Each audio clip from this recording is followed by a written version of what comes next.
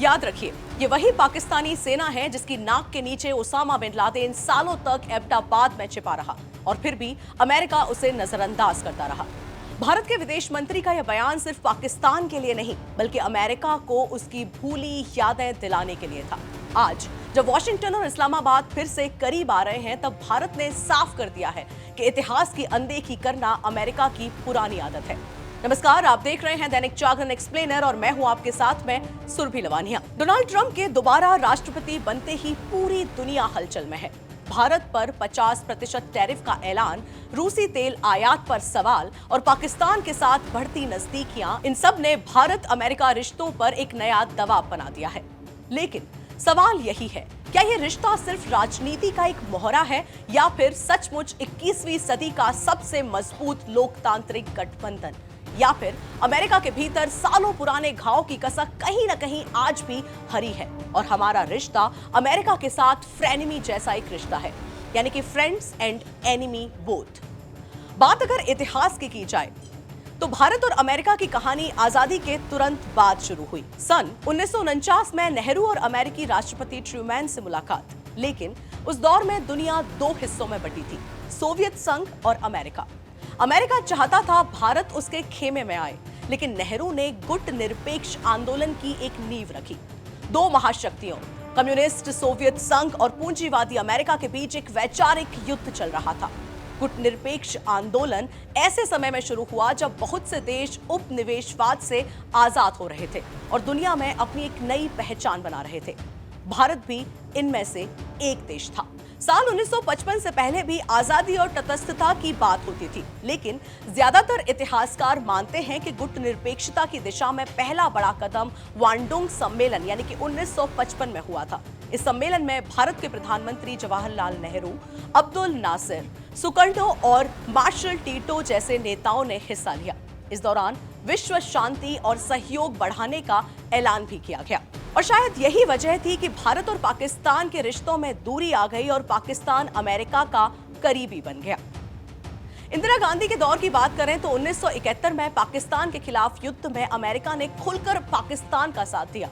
1974 में भारत ने परमाणु परीक्षण किया और खुद को एटमी ताकत घोषित कर दिया। अमेरिका ने नाराज होकर संबंध और ठंडे कर दिए। रिश्तों में खटास इतनी बढ़ी कि दोनों लोकतंत्र एक दूसरे से दूर होते चले गए। लेकिन फिर सूरज उगा 1991 में। भारत ने आर्थिक उदारीकरण किया। दुनिया के सामने एक नया भारत आ रहा था जो बाजार खोल रहा था, आईटी और सर्विस सेक्टर्स में आगे बढ़ रहा था और यहीं से अमेरिका ने भारत की ओर हाथ बढ़ाना शुरू किया। वाजपेयी के दौर में रिश्ते और आगे बढ़े।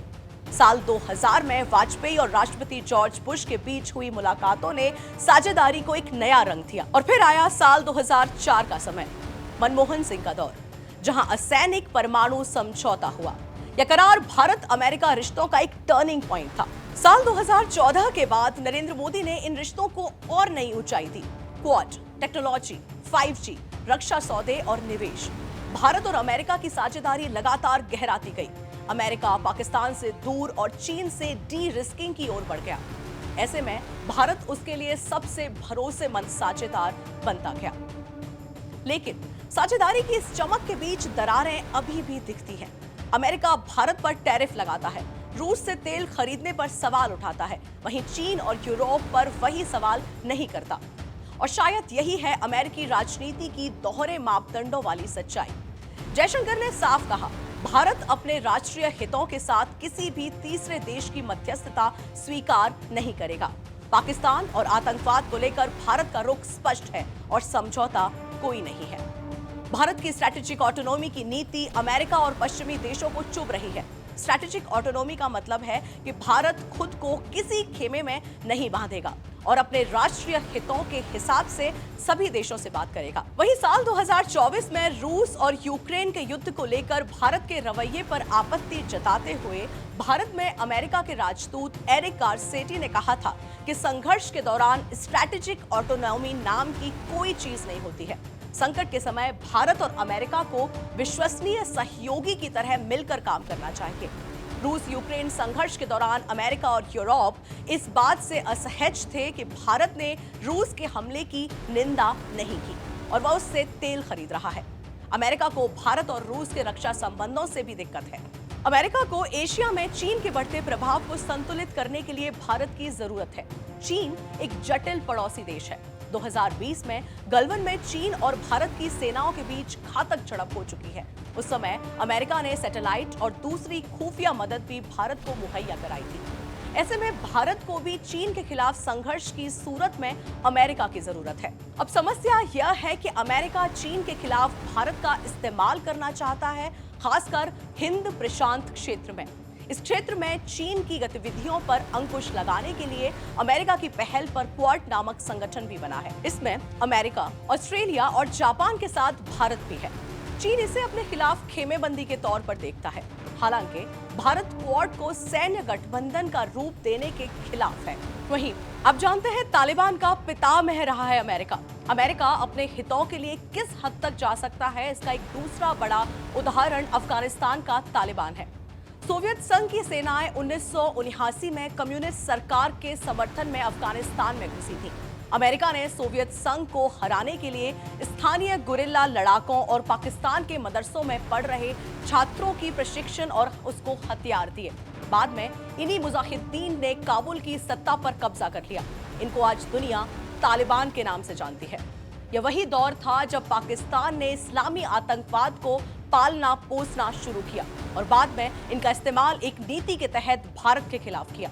आतंक का यह इकोसिस्टम पाकिस्तान में आज भी मजबूत है और भारत पर लगातार हमले कर रहा है। आज दुनिया बहुध्रुवीय है। चीन आक्रामक है, पाकिस्तान अस्थिर है और सप्लाई चेन बदल रही है। ऐसे दौर में भारत और अमेरिका का रिश्ता देखा जाए तो सिर्फ व्यापार तक सीमित नहीं है, यह एक जटिल फ्रेनेमी रिलेशन है। नेहरू से मोदी तक, ट्रूमैन से बाइडेन तक, भारत और अमेरिका का रिश्ता उतार चढ़ावों से गुजरा है। आपकी क्या राय है इस रिश्ते पर? आप देख रहे थे दैनिक जागरण एक्सप्लेनर। मैं हूं आपके साथ में सुरभि लवानिया।